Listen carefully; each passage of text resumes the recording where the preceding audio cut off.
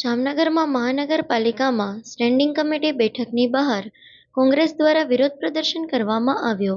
સૂત્રોચ્ચાર સાથે વિપક્ષે મહાનગરપાલિકા સામે હંગામો કર્યો। પ્રી મોન્સૂનની કામગીરીમાં ભ્રષ્ટાચારના આક્ષેપો કરવામાં આવ્યા।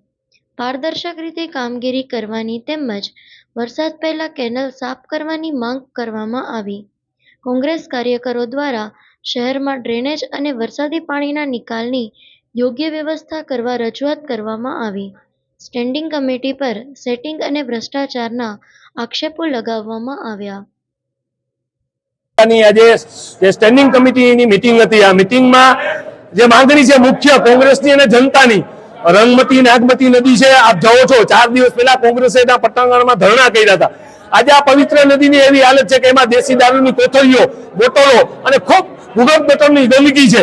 ત્યારે માંગણી છે કે આવી પવિત્ર નદીને તાત્કાલિક સાફ કરે।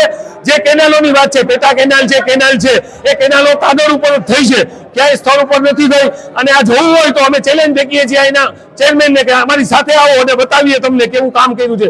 માત્ર ને માત્ર કોન્ટ્રાક્ટર અને અધિકારીઓની મિલીભગતથી પાટલા દરવાજાની સેટિંગ કરી અને ન જેવો વરસાદ આવશે ત્યારે નાના માણસોના ભોગ બનશે। 42 સોસાયટી પાણીમાં ગરકાવ થશે।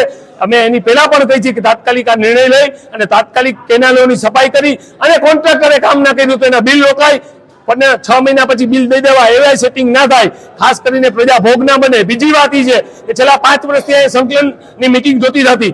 આ પ્રોપર્ટી જાહેર જનતાની છે, અહીંયા કોઈ ભાજપ કે કોંગ્રેસની આ પેઢી નથી। અહીંયા કોઈ જાતની સંકલનની મીટિંગ ન થવી જોઈએ। ચીકુ શાસન હતું ત્યારે પણ અમે ચીકુવારી કરી હતી, જરૂર પડશે તો આવતી સંકલનમાં અમે સફરજનવારી કરશી, પણ આ પેઢી કોઈની નહીં બનવા દઈ।